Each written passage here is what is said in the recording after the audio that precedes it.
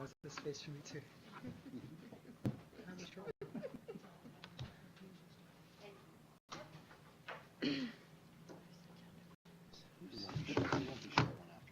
Yeah, that's right, because she is a student. Right. I know, right?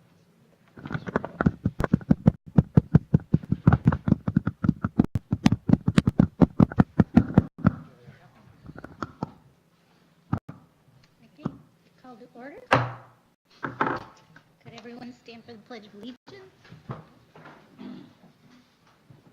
of Allegiance. To the flag of the United States of America, and to the republic for which it stands, one nation, under God, indivisible, with liberty and justice for all.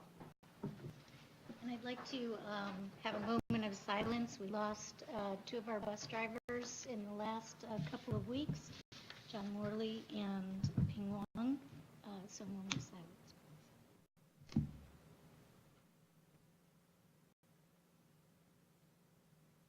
Thank you.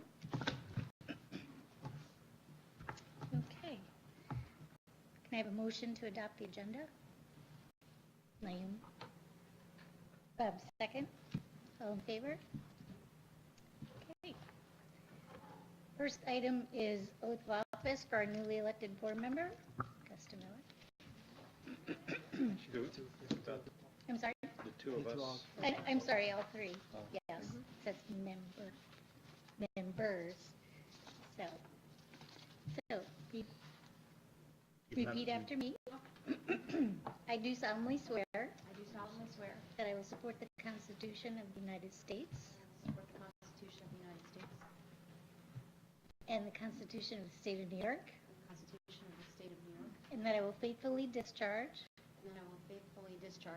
the duties of the office of member of the Board of Education in the Shenendehowa Central School District at Clifton Park, in the Shenendehowa Central School District in Clifton Park, according to the best of my ability. according to the best of my ability. Congratulations.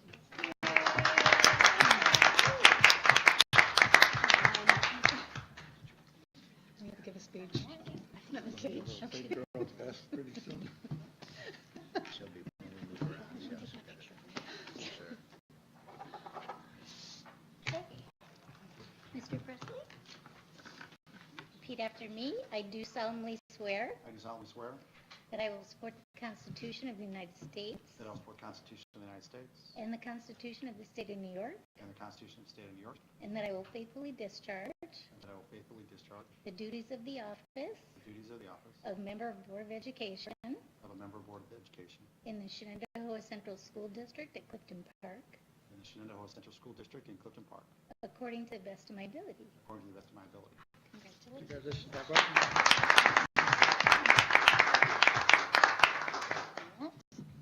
Last but not least, Ms. Rajat. I do solemnly swear that I will support the Constitution of the United States That I will support the Constitution of the United States and the Constitution of the State of New York, and the Constitution of the State of New York, and that I will faithfully discharge and I will faithfully discharge the duties of the office the duties of the office of member of the Board of Education of member of the Board of Education in the Shenendehowa Central School District at Clifton Park, in the Shenendehowa School District in Clifton Park, according to the best of my ability. according to the best of my ability. Congratulations.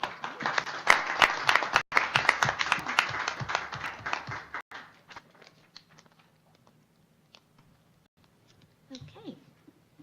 Next, we go to election of board officers. Can we have nomination for board president? Gary? I'd like to, excuse me, I'd like to nominate Bob Presley for the position of board president. And if I may speak to that, Bob has served previously as board president, served very effectively and appropriately. But more than that, Bob he is the most qualified person available at this particular point in time to be serving in that capacity. He brings to that position not only the experience, but judgment that's necessary. He's a consensus builder. He's made a point of educating himself to all the various movements and reforms and types of legislation and programs that are part of public education today, which makes him a more effective leader than someone that really doesn't understand. I think most of all, he's got the respect of every board member here, and there's no question about his integrity. So I'm pleased to nominate him. We had a motion. Is there a second? Any discussion? All in favor? Congratulations.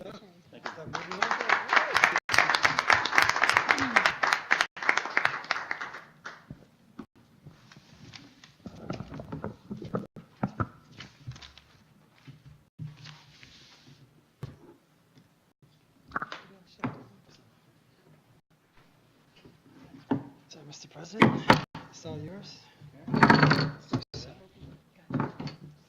You get a big girl pass. See that? It's coming, promise. Thank you. I do solemnly swear I do solemnly swear that I will support the Constitution of the United States that I will support the Constitution of the United States and the Constitution of the State of New York, and the Constitution of the State of New York, and that I will faithfully discharge and that I will faithfully discharge the duties of the office the duties of the office of President of Board of Education of President of the Board of Education in the Shenendehowa Central School District at Clifton Park, in the Shenendehowa Central School District at Clifton Park, according to the best of my ability. according to the best of my ability. Thank you.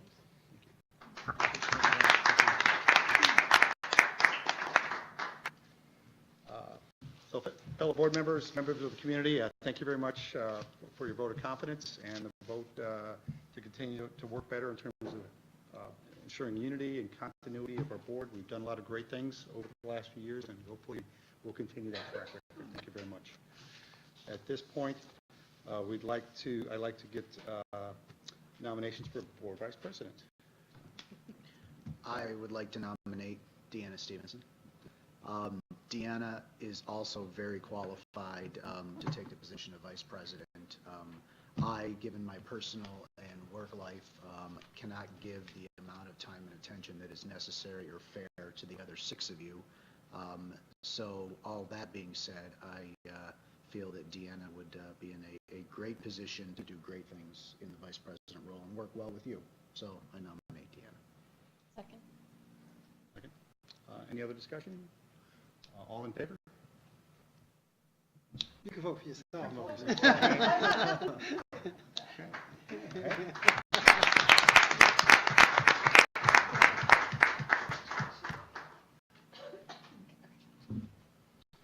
Slide down. Let me go look at your book now. Do I move? Yes. Get away from my big old desk. Yes. Can you pass Deanna's tag?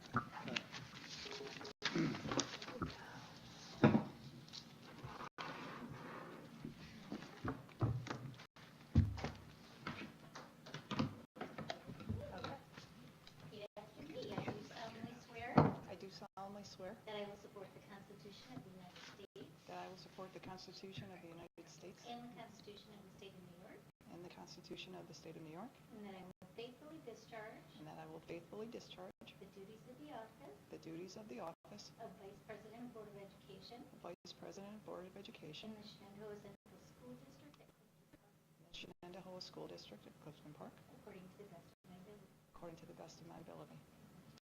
Michelle. Congratulations.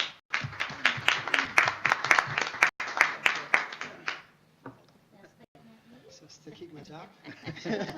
for now, I do solemnly swear I do solemnly swear that I will support the Constitution of the United States that I will support the Constitution of the United States and the Constitution of the State of New York, and the Constitution of the State of New York, and that I will faithfully discharge and that I will faithfully discharge the duties of the position the duty of the position of Superintendent of Schools of Superintendent of the greatest school district in the Shenendehowa Central School District at Clifton Park, in the Shenendehowa School District at Clifton Park, according to the best of my ability. according to the best of my abilities. Congratulations. Thank you.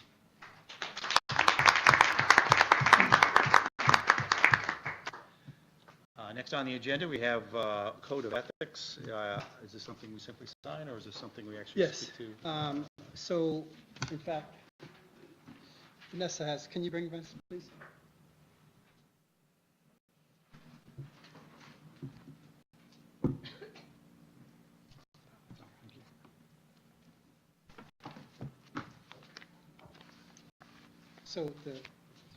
So part of our policy, the board some years back thought it was a good thing for every board member every year to commit to some certain ethical standards that's beyond law.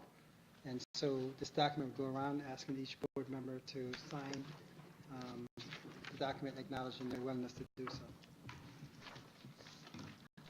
So I've signed it. We'll circulate it. Some comments from me is, we live in a time where our students see a lot of things that would not be described as ethical behavior. And I think signing this is an affirmation that we will always focus on ethics, and that will be how we approach a lot of the decisions that we make and the policies we bring forward. Is there anything else, any other comments from board members that you want to bring forward? If not, we'll continue to sign it and move on. It also emphasizes that we work as a board. Mhm. It's not the individual, it's the board as a whole. So as we wrap that up, let's go to a Board of Education comments and reports. And as we have done in previous meetings, we'll start with the junior board member. Gusta, you have the floor for your comments, if you desire. I'm passing right. Okay. Naomi? Well, at first, I wanted to start by congratulating Todd Son again. I thought that was pretty exciting news that you tweeted out today. And actually, I want to make sure I got that right. So he's a ninth grader at High School West. He's been named as a 2018 Maverick National High School Lacrosse All-American and has been selected to attend the Maverick National Lacrosse Classic. It's pretty exciting news. So I wanted to congratulate you and your son specifically. And of course, the big news is our newest board member, Gusta. Welcome to the board. Thank you. I've known you for many years, and I think you're going to be a great asset to this board. You bring a different skill that I think really does complement what we do here, and I think it's going to be a great year. Now that I'm rounding out my first year, I feel that I have a lot to learn still, but I have some perspective now. And please reach out.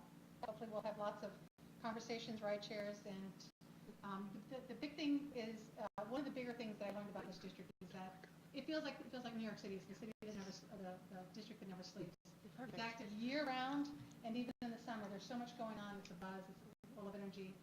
And one of the highlights this summer is the summer graduation. So you still get to attend a graduation this year, and that's a fun one that's coming. So welcome aboard. Thank you. Looking forward to good things. Excited to be here.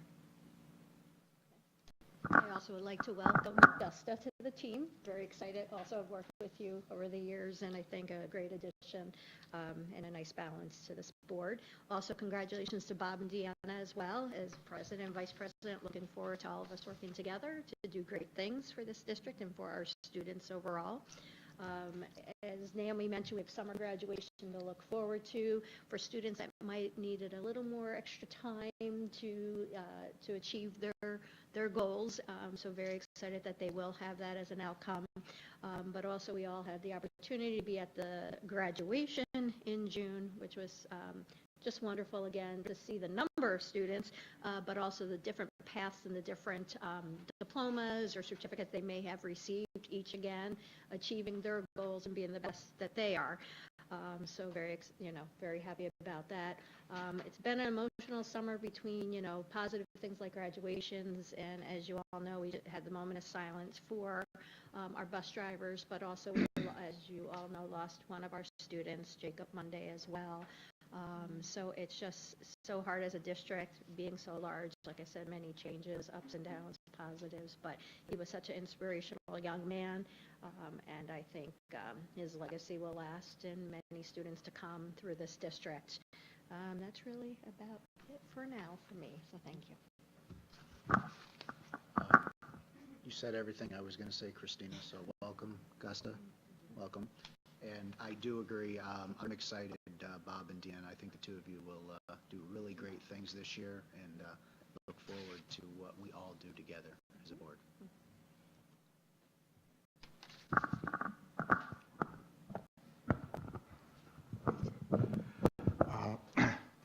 This actually begins my 18th year on this board, and I guess it's my 51st year in public education in one capacity or another. And that means that I'm very much committed to the future and well-being of public education. It was as a consequence of that concern that I was responsible for causing a good deal of dialogue during our workshop. And one thing that came through clear to me while I was thinking deeply about this was that we've always said we do the right thing for the right reason. But maybe we have to make sure that we add a third thing. We do it the right way. And I think we did that tonight. So it makes me very confident for of the future. And I congratulate our new president and our new vice president. I'm sure they're going to do a fine job. And working together, we'll do what we need to do.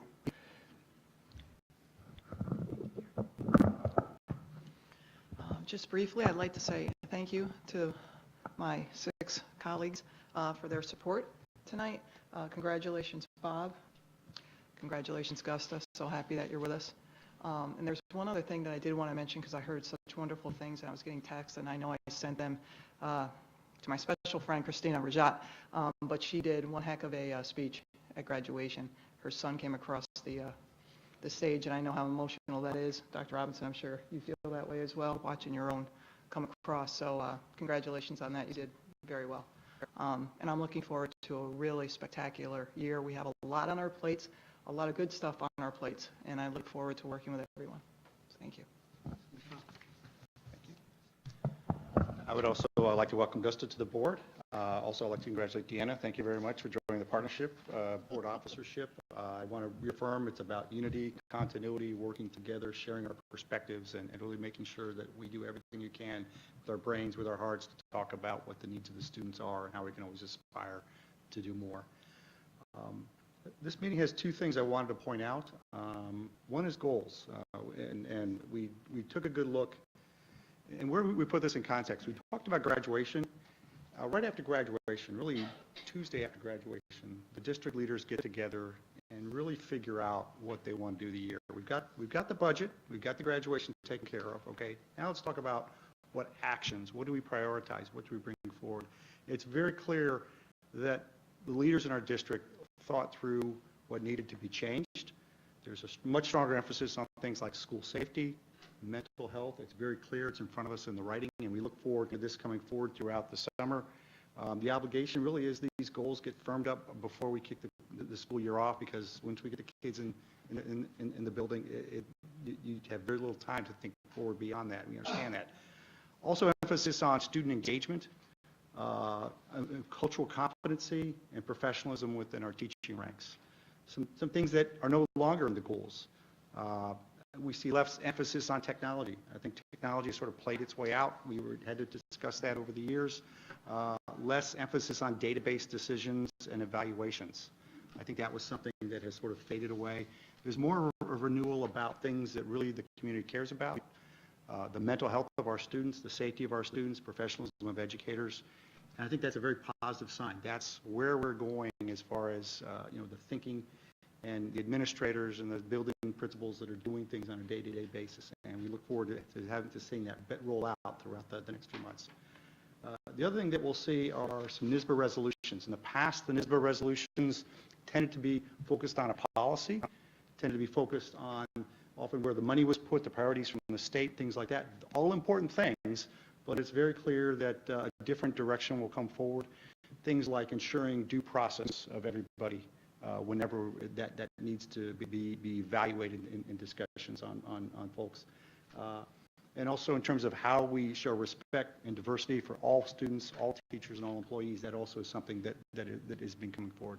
So a major shift that I think you need to be aware of, and I think it's a very positive shift, and I look forward to working with everybody to ensure we bring that about. Thank you.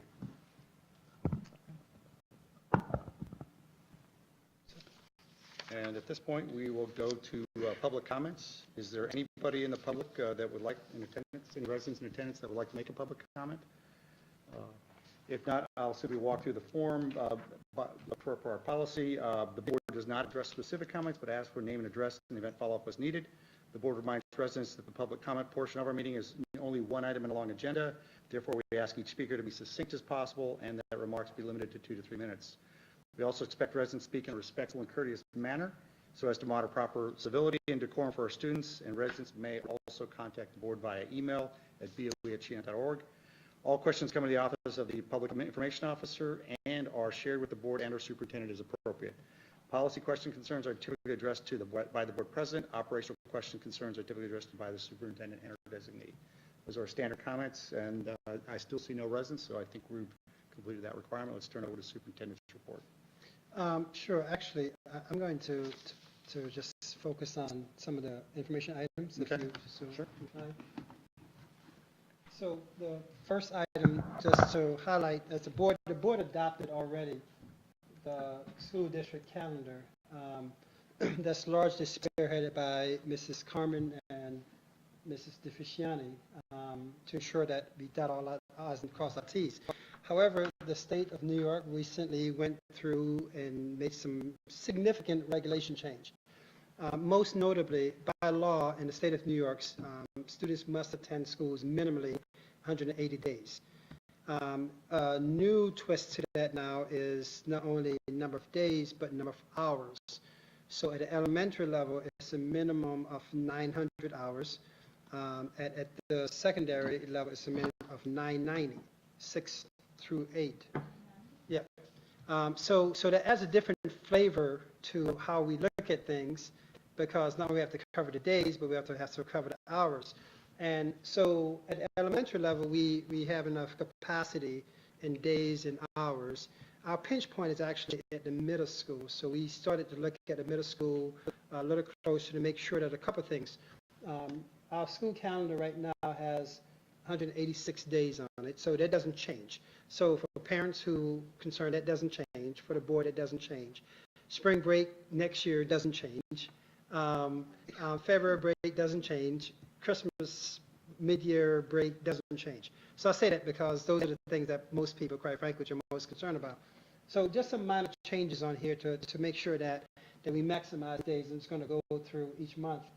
No change in the month of September from the last time the board adopted.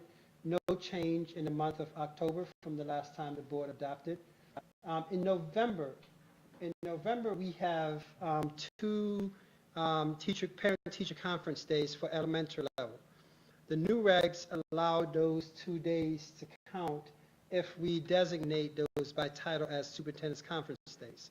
So one of the changes you see on the calendar is K-5 superintendent's conference days, and those days will be for the still traditional parent conference meetings.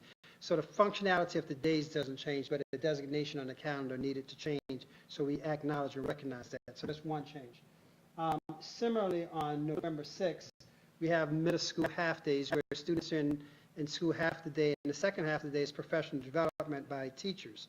And we're designating that second half of the day as a superintendent's conference day because, again, it fits the regulation and allows us to count those hours as a part of the 990 sequence. So that's where we had to make that distinction in terms of a 6-8 superintendent's conference day for November. December doesn't change in terms of sequence of things. January also doesn't change in terms of sequence of holiday. The next change occurs in February. We have also a middle school half day where, again, students are in school first half, and then the second half is professional development. So we're using that as a designated superintendent's conference day, so again, we could pick up and utilize those hours. So it's a little bit more than semantics. It's about satisfying the regulations. And then we have our traditional, let me back up, we have 2 what I call traditional superintendent's conference day for all people. That's the 4th of September, and then we have a second one for all K-12 all day in March. So that stays the same. Second slight subtle change, the state also shifts the date of the administration of the ELA, 330 ELA test from April 1, April 2, 3, 4. So slight change, we had to shift that date on the calendar for April. The spring break recess stays the same. May, no change in May, as noted on here. probably the more significant change as a result of the state regents testing sequence. One of the critical regions, physics regions, is on that Wednesday, the 26th. We have situations where that's a region that's largely senior heavy. Wait, which day is this? June. June 26th is when, and so subsequently, graduation is going to be on the 27th versus the 26th. So if you already rented your tent for next, whatever, you could try to see if you could, I think you have enough time. So we're gonna move it to the 20. So graduation is on the 27th, here highlighted in yellow. So graduation will be on a Thursday, the 27th, to allow, because we don't want to have a situation where we're waiting for scores to come back and kids are pending. In some cases, many cases, you won't necessarily even impact kids' graduation. Might be advanced regions with distinction and things of that nature that we need to have that sequence of it. So that's changed. And also for people to realize that we have a collaboration with SPAC because Burnt Hills, Boston Spa, Saratoga, Shen graduate at SPAC. So typically it's Burnt Hills and Boston Spa on the day before, and Saratoga and Shen on the following day. So we have to also coordinate with all those places, and one, and two, availability for SPAC. And SPAC, because it's so far in advance, we could book those days. We try to stay off Fridays because Fridays become popular days for SPAC, obviously, when you think about concert series happening. So this is probably one of the more notable shifts was the graduation will be on the 27th next year versus the 26th. And same time, or we don't? Same time, no, it'd be same time, just a shift in days. So I'm sharing it with you because we'll be asking the board to re-adopt, if you will, the revised calendar. Okay. Yeah, I just want to I'm looking to make sure it's under. So that's one piece. Any questions on that? Some minor things, but we just had to make those changes to ensure. The second piece that we wanted to do, every year we review our organizational structure from a leadership capacity perspective. And I say that because we have 2,200 bodies, about 1,600 full-time equivalent employees. So the intent is not to chart what everyone in the organization does. So I always have to clarify that to people, say, hey, because we have many, many pages of that. So we look at organizational capacity from an administrative leadership perspective. And this chart we modified a couple years ago to kind of really talk about students as our key stakeholders at the top of the chart. And quite frankly with you, supporting the base of the chart, Board of Education, and myself as superintendent. So let's kind of keep that perspective for a second. So and it's on the board agenda for tonight, 12 years ago, this is year 13 or year 14, so almost 13 years ago, we had on the books, so to speak, a deputy superintendent position. At that point, it was Dr. Teresa Snyder, who we hired, was one of the first people hired that came here. And at that point, we had a slightly different structure, and we were playing with the structure a little bit to try to figure out what's the best way to sustain the progress and changes that we wanted to do. We stayed with that for about 1.5 years and realized that we had to make some other changes. So we modified our academic administrative structure. So for purpose of board members, we now have some administrators who are K-5, some are 6-8. Before we had some that were. So we've changed the structure over the years to best utilize expertise and capacity within the organization to support, particularly on the instructional side.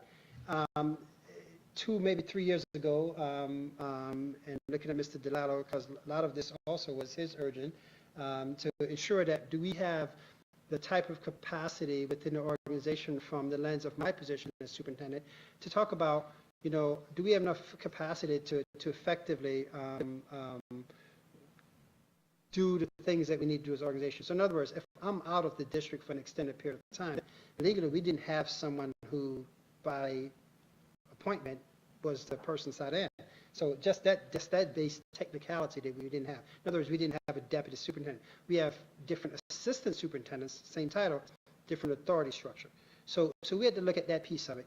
Secondly, as a district, we have been looking at workflow and transitions for many years. In other words, We can't afford to have a situation that because someone leaves the organization, the work stop, or we have a gap in performance and productivity. So how do we look at workflow and ability to bridge gaps when we need to bridge gaps, or transition people into position as we start to transition to people? So so it's a couple of conversations. So what's being proposed to the board is tonight appoint Dr. Elizabeth Wood as the deputy superintendent.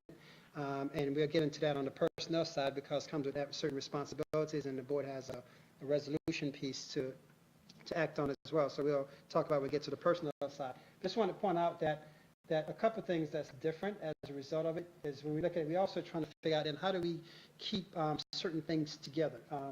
So when we start talking about instruction, this Elizabeth is here. The black line is what we call direct supervision and evaluation. It's okay, you report to me in short sense. The double lines that you see here is that reciprocal leadership collaboration. We have a responsibility to each other to make sure that we're on the same page, and it's not optional. This is our obligation as professionals to each other. That's where that double line comes in, and it's at the building to the AA piece because of the nature of how that work occurs. The dotted lines that you see in the organizational chart talks about communication and coordination. In other words, we all should be talking to each other all the time. So ignorance should never be an excuse. It should never, well, I didn't know. Well, someone should have told you. Two, you should always be open to ask the question and expect a reasonable response. And so I share that with you because it's how the structure is designed. So I'm not going to go through everything, but you see on the organizational chart, just going to highlight, Elizabeth, one change is Michelle Mylott is Director of Special Education, now directly reports to Elizabeth before Michelle reported to me, which was fine. Love Michelle, wonderful leader. However, there was always a disconnect organizationally from authority piece of it because special ed falls under the larger instructional domain. So that kind of makes that unity a little bit tighter, a little bit cleaner as we move forward. And so Elizabeth, direct line will be IMS, special ed, and also per the administrative contract, Elizabeth is the second evaluator for building principals. I'm the primary evaluator, so principals report to me primarily, but Elizabeth is the second evaluator in the evaluation process for building principals, and she's also the primary evaluator for academic administrators. So that's why these lines kind of bump out. So the change is largely those kind of things, make sure that we're in sequence, but I think it's also important for, as a board, we could appreciate how all these things align, and I'll make sure that particularly Mrs. Miller realized that once you get onto the network, we'll be able to give you access to all the documents so you have them. So we'll make sure we do that as soon as we can. Mrs. Ford will connect you with an email address before the end of the week. Guarantee you'll be Shen schools ready and be overwhelmed by documents. So that's one piece I want to highlight.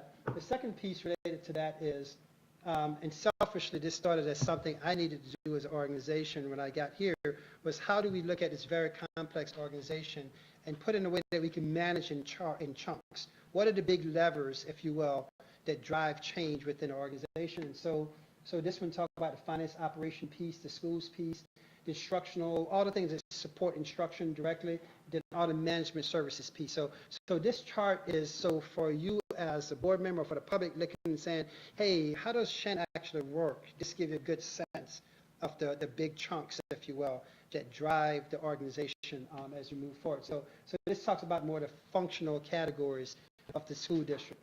The third piece came from also one of those things that we realized that there's so many different things happen, and what we can't afford is people making assumptions about, hey, if I have a FOIA request, a Freedom of Information request, what do I do with that? Well, we should be able to articulate to people who does that. In this case, it falls under Mrs. Carmen, and that's where some of the authorization tonight, the board is going to authorize a lot of those things. A lot of those things fall into this chart. So there's an alignment between the authorization that the board makes at the annual meeting and some of the functionalities of the individuals here. So this gives just a flavor of some of the district level leadership that does certain things as we move forward. So again, I'm not going to go through the details of it, but it's something that we share out so people know, because again, ignorance can't be an excuse. You have the information. If you look at information, that's a different question. but you have access to the information is one of our first responsibilities. So we'll do that piece of it. And then the third piece of it is just talk about just our capacity. What do we have in terms of professional development? And I want to point this out because the board was so gracious to allow us to have coaches. We have the literacy coach at the elementary level. We have the technology coach at the middle school, and we are looking to try to get the right person at the high school. So all those people now are listed over here under the professional development piece of it, because we want to acknowledge that that's that core support that we have. Recognize the PD is more than those people, but that's that core support that we have for professional development. On the academic administrative side, we talk about that, and we talk about some big rock responsibilities. What are some key things that, and you'll see if you look at this, there's some overlap between academic administrators and building level leaders. So parental communication is an example.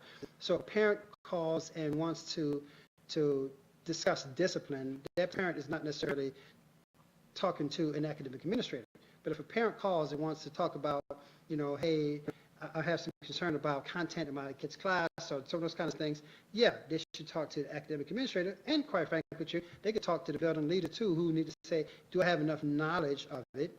And if so, I'm going to make sure I connect you to the right person.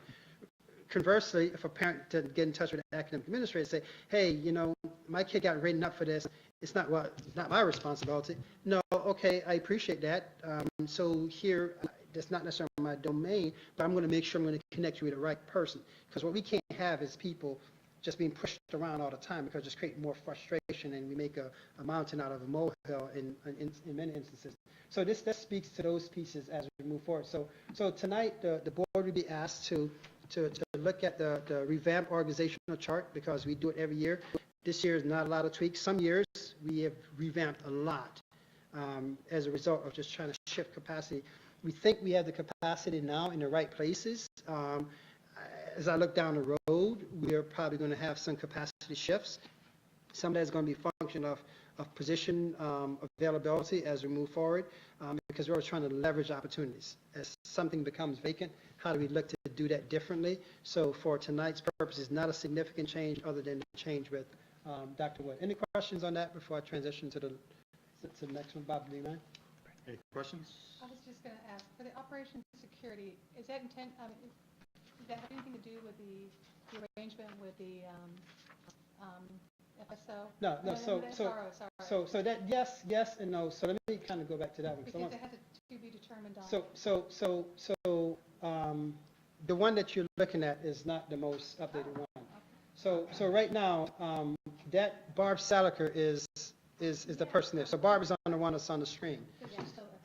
And Barb Saliker, for people who don't know, Barb was once with us as head of operations and retired, and we brought her back, and I keep threatening that we're going to keep her for the next 10 years. Barb is really, really good at what she does. So, for instance, security falls under Barb somewhat.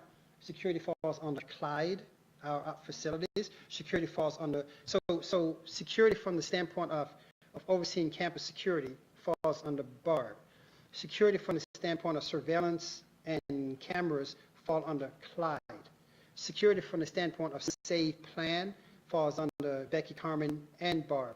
Security from the standpoint of health and wellness and safety falls under Kathy.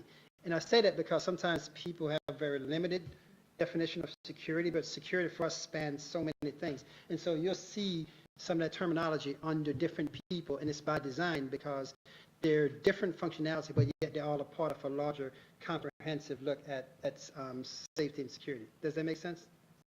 I just printed this out today. You No, had it's it okay. just changed in the See, we were watching you on Google, and we saw your face, and when your face went off, we changed it right after you got I on. did. I think you're waiting for me to jump off. If only we were so diligent. So I just wanted to point that piece out. And so those are the, I'm sorry, so the SR, when we go to the SR agreement. Okay, any other questions on the org chart changes? Okay. So the next piece, we've been talking about this for a while, for several months, and we've been also a lot of collaboration with Sheriff Zerlo, Saratoga County Sheriff Department, Ken Cooper, who has been a point person from the Sheriff Department, and the Undersheriff Richard Castle. So a lot of people, our legal attorney, their legal attorney, been kind of going back and forth. They sent us an initial MOU, and I'm grateful to the sheriff He sent it to me, and I sent him back a whole different document. And he was kind of like, oh, we kind of like this one better. Perfect. And that now is used as the template that they're going to use across the county, which I have a feeling is going to be used across the state in some different ways. So kudos to us as a school district for really pushing the envelope on that. So tonight, the board would be asked to agree this MOU, and I won't necessarily go through all the components of it, but clearly we talk about everything from the selection and supervision process. We have dates coming up. I think we have dates scheduled that we're going to have a cross-section of elementary rep, middle school rep, high school rep, 2 district level reps from the sheriff department to go through a process of selecting the 2 SROs.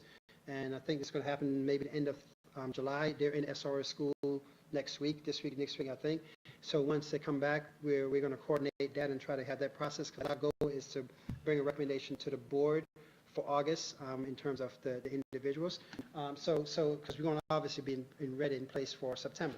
And all of a sudden time flies when you really start looking at it. So the MOU becomes important because these are the terms of our engagement. This is, we're all committing to this. And so there's no difference in expectations and understanding.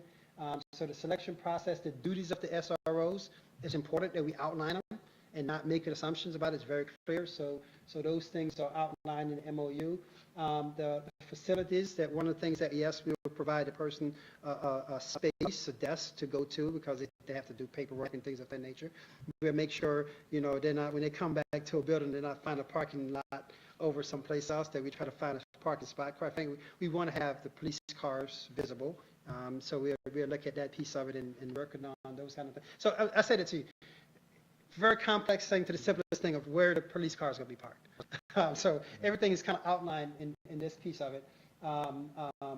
When there's additional duties of the SRO, how is that addressed, compensated when people are working beyond what typical work day should be, so to speak. The payment process, how that's going to play out over the course of the year.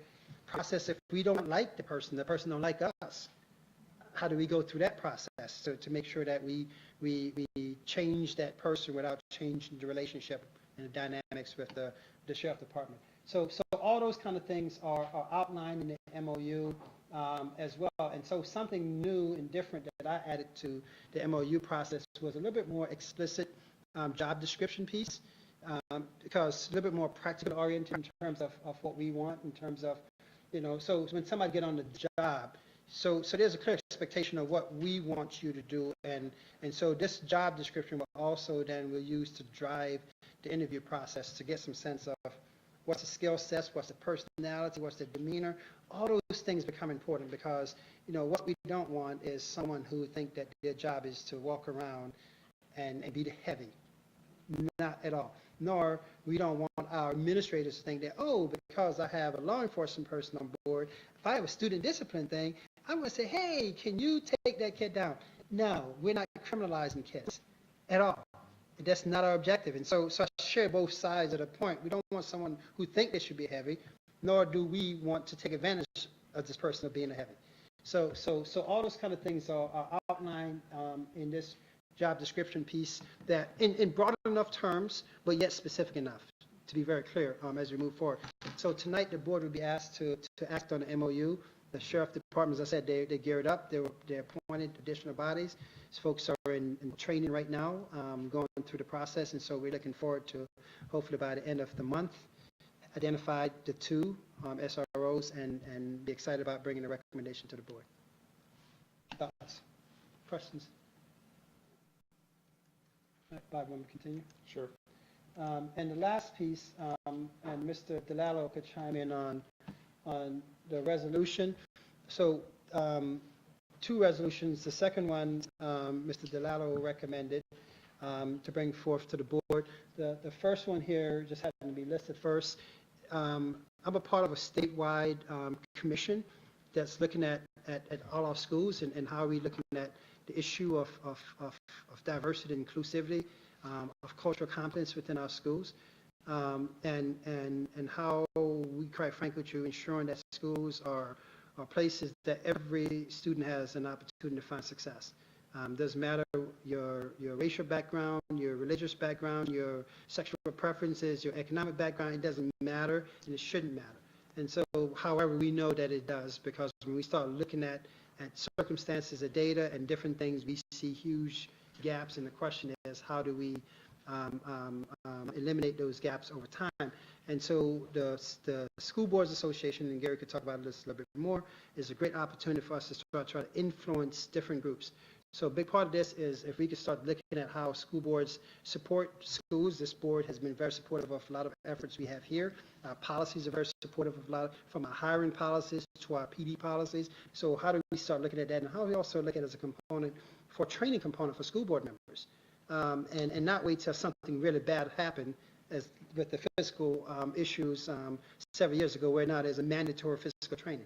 That came up because there's huge malfeasance in a downstate school district, to the point where legislators like, we have to do something.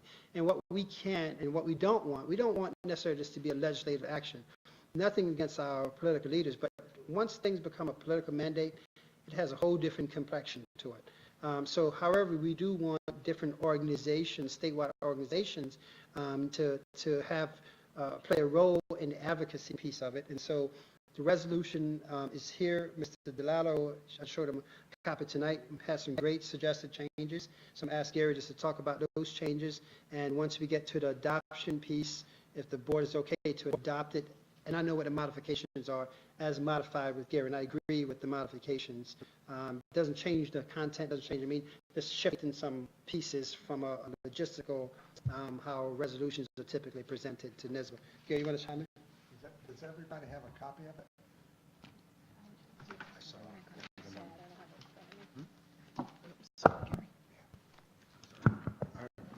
I just thought it would be useful if everybody did indeed have a copy. Gary, I can point here on the screen. Actually, I don't think that, I think that. Here, I can just point here, it's right Oh, here. okay, no problem. All right, it's up there.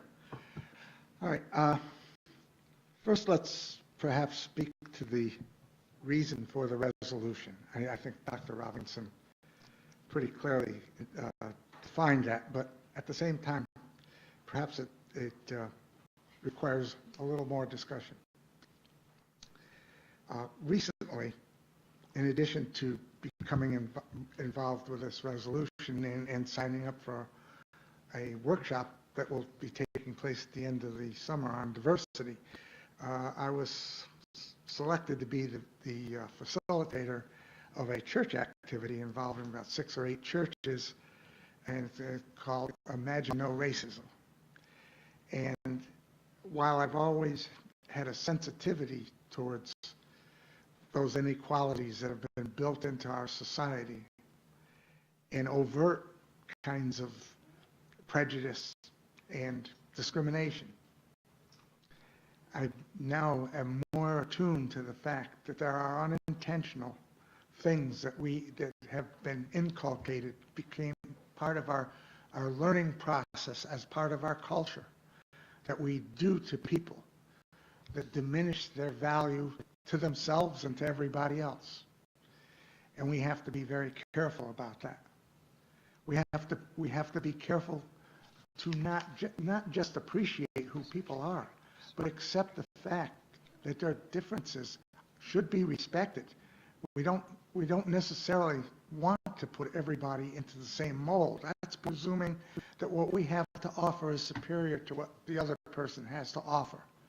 So we need to go much deeper into this whole concept than we have at the present time. This is not just another sort of affirmative action sort of thing, as valuable as that has been. This is something that benefits every member of the society, because we are enriched by our being together and recognizing each other as having value. In our school district, we have the handicap of not being more diverse. Some school districts are not diverse, but it's in a very definite different composition of the demographically.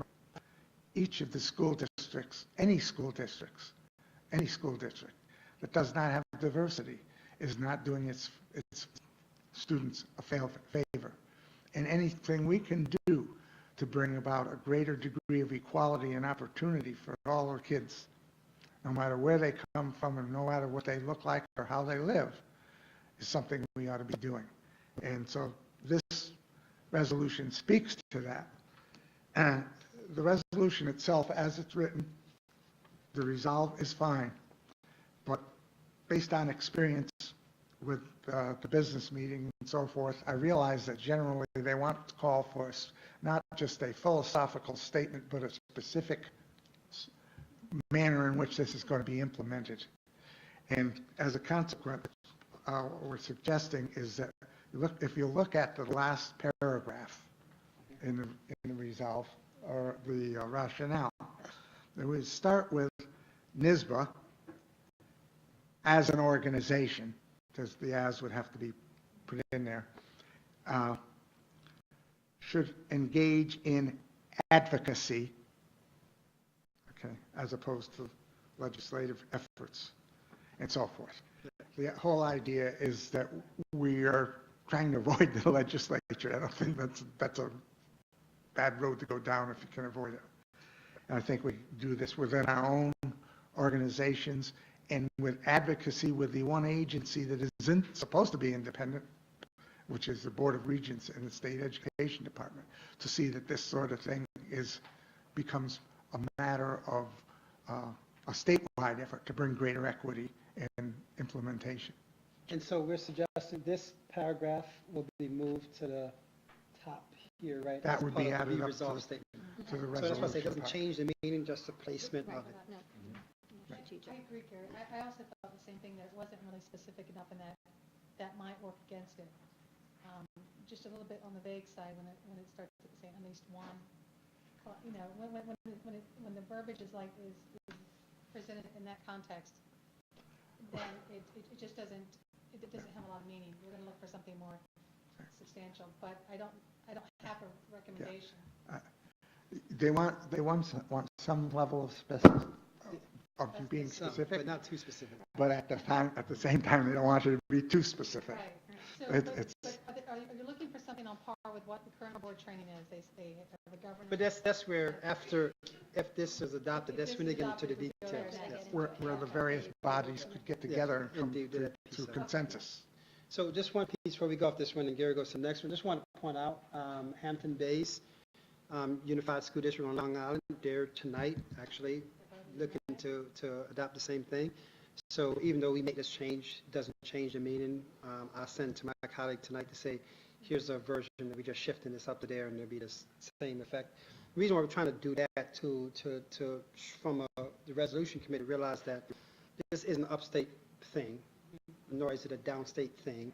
And so when you think about Hampton Bays, Long Island, Shenendehowa, New York, Yeah. two different worlds, but yet we are all coming to the same conclusion. And we're geared up for probably another 200 districts across the state that's like ready to say, hey, let us know. We're going to start talking to our board members and endorsing this as well. So pretty excited because it goes to a larger statewide commission that we've been working on. So we're pretty excited about it. Rich Gary will be joining us in Ithaca at the end of July when we have that 2-day session part of the commission piece. So pretty excited. So you want Gary? So the next resolution, I'll turn it over to Gary. Okay, again, some background. For a long time, NYSBA has been trying to tweak the tenure hearing process, the 3020A process. And last year, they had a resolution, which I spoke against from the floor.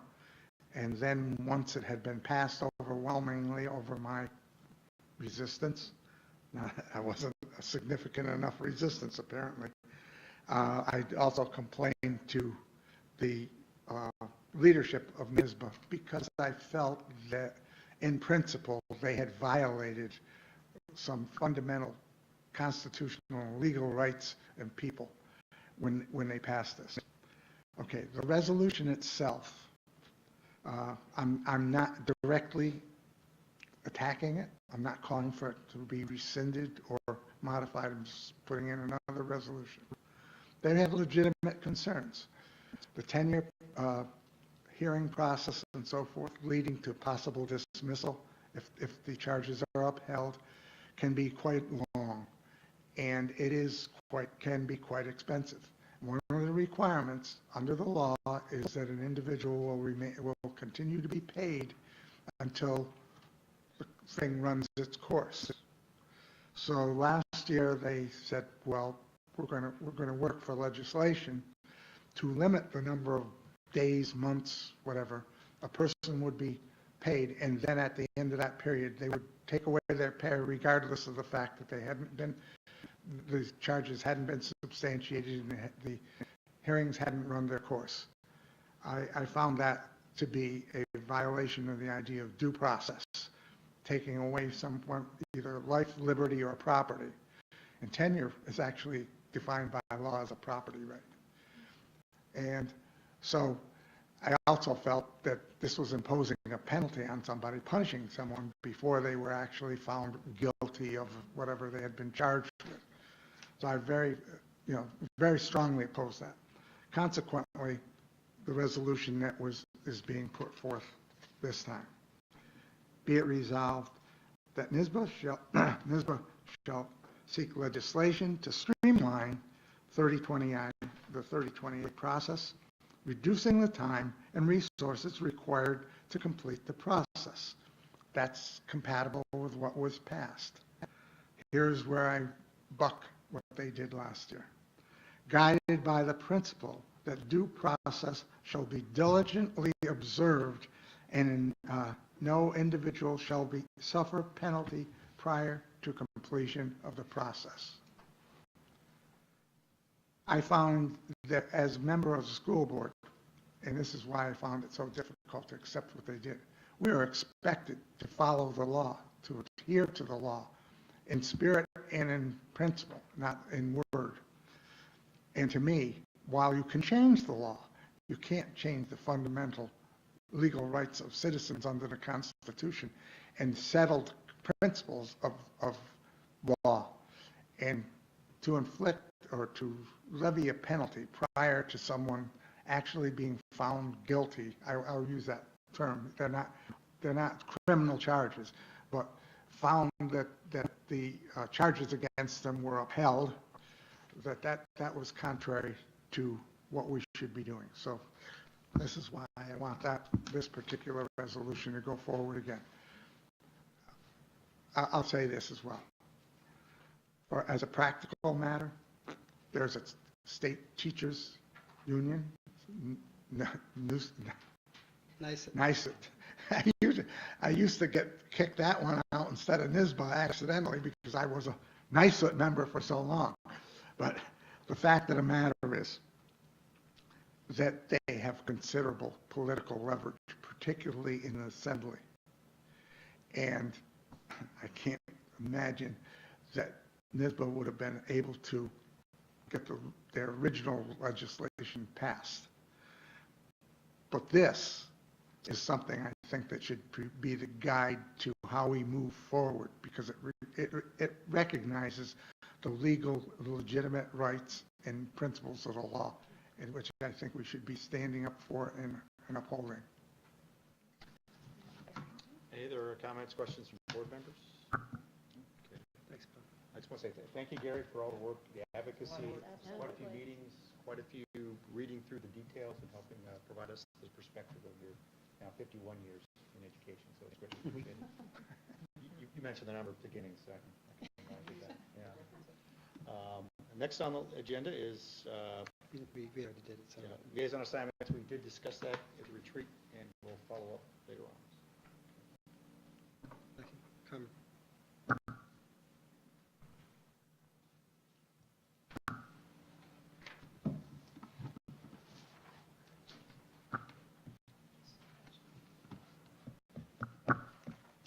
Good evening. So tonight we have a series of policies for first reading that were from June's policy review meeting. Any questions? Thank you. All right, thank you. Good presentation. A lot of work. Bless you. Okay, next on the list, consent items, is treasurer's report. Can I have a motion on this one? Deanna first, Naomi second.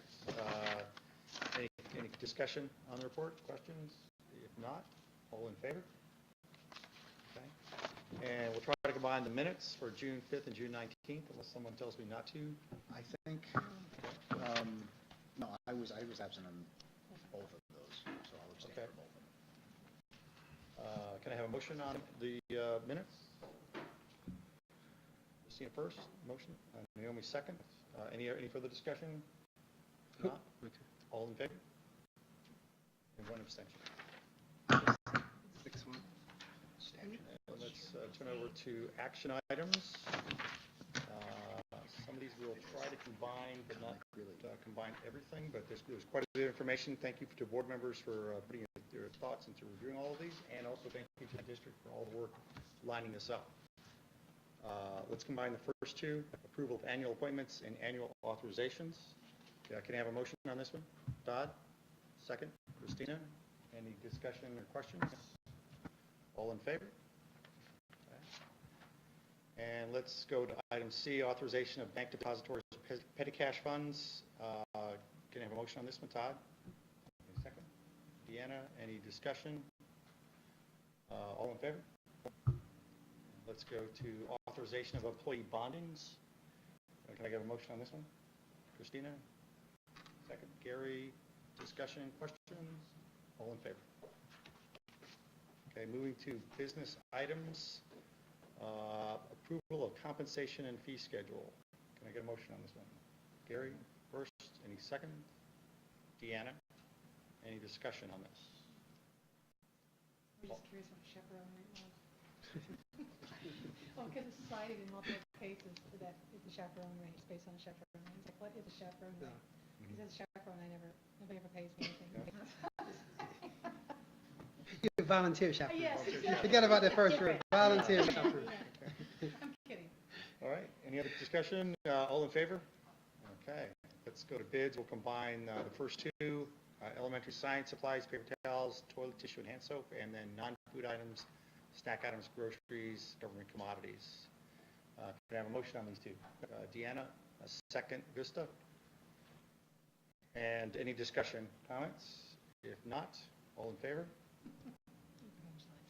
And let's combine 3, 4, and 5. So these are contract services, contract renewal, and some contracts. Okay, so all contractual nature. Can I have a motion on this one?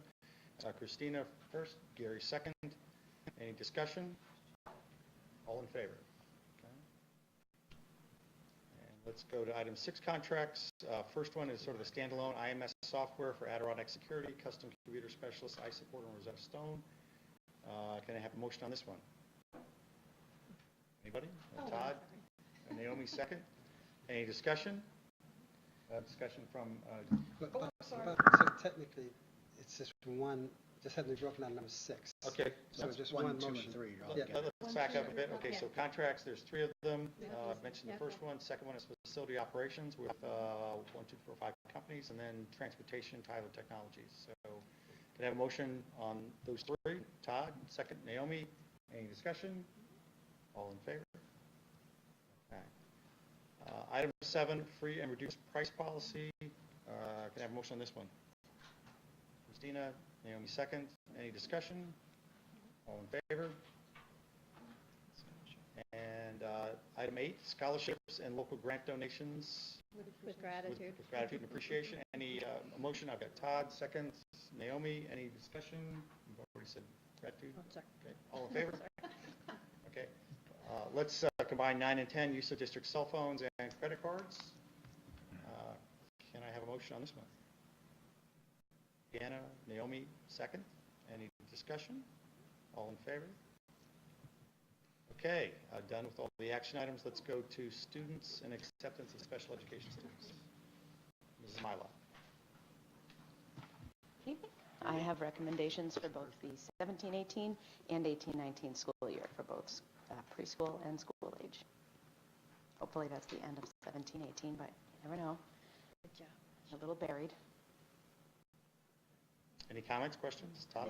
Motion first. Motion on acceptance of special education placements. Any second?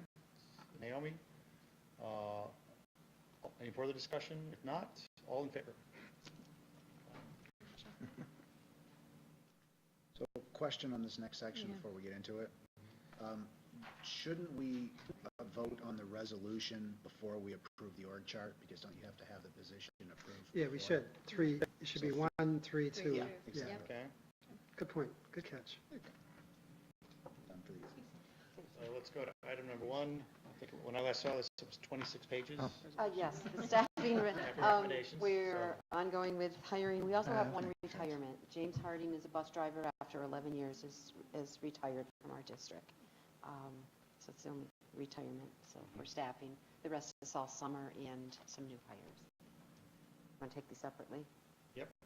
So motion on the approval of staffing recommendations. Naomi first, Todd second. Any further discussion? If not, all in favor? And let's move to item 3, the deputy superintendent resolution.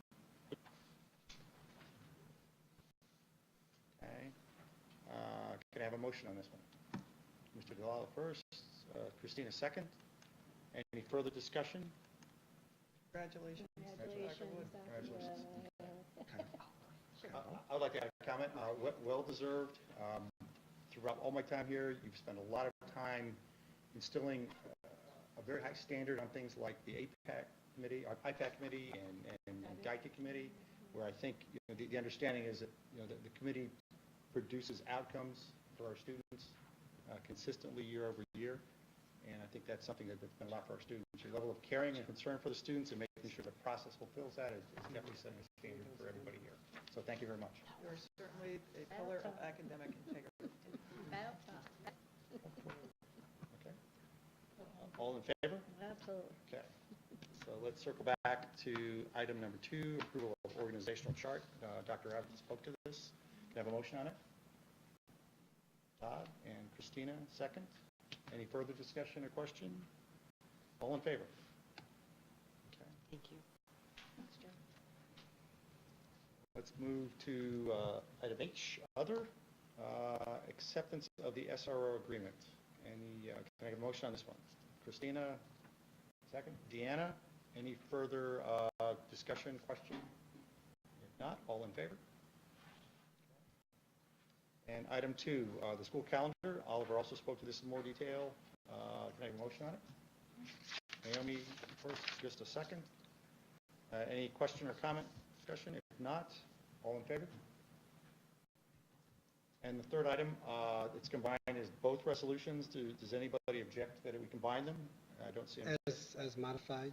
As modified by Mr. Delalo's comment. I agree. Okay, can I get a motion on the combined for Mr. Delalo's comment? That's your motion from Mr. Gilbert. Any seconds? Krista, and so any further question, comment, I discussion? just had a question. Are we going to vote on that at that New York conference? If the resolution committee adopts it. If they adopt it? It will have to appear on the business agenda. If it's an approved item, then it'll basically go through without any problem. If it isn't, then it will definitely have a little more difficulty. Any other discussion or questions? If not, all in favor? Okay, so we've completed action item other. And now we have time for public comments. Is there anybody in the public that would like to comment? Please come forward.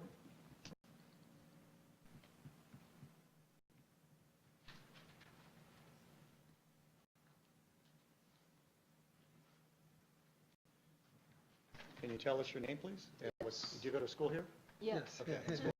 I'm Jing Tong. I'm one of the SFA Senate's rep to the Board of Ed. Yeah. Hi. First, I would like to congratulate the new board member and the new board officers.